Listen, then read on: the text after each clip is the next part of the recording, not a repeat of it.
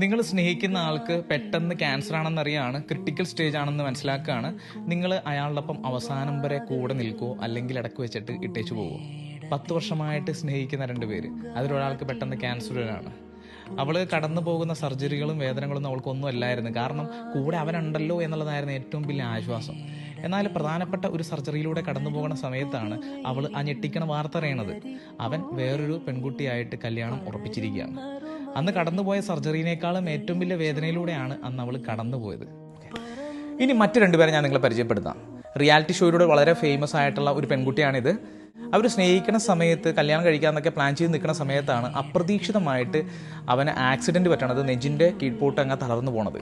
അവൻ്റെ വീട്ടുകാർ പറഞ്ഞ് കെട്ടേണ്ട ആവശ്യമില്ല, നീ പുതിയൊരു ജീവിതം ആരംഭിക്കുക എന്നൊക്കെ പറഞ്ഞപ്പോൾ പോഴും അവൾ പറയാണ്, ഇല്ല, മരണം വരെ ഞാൻ നിൻ്റെ കൂടെ ഉണ്ടാകും. അങ്ങനെ അവർ സന്തോഷത്തോടെ ജീവിച്ചു പോവാണ്. എന്താണ് ഇതൊക്കെ പറയണത് എന്നായിരിക്കും അല്ലേ? ഫെബ്രുവരി മാസമല്ലേ, ഹാപ്പി വാലന്റൈൻസ് ഡേ.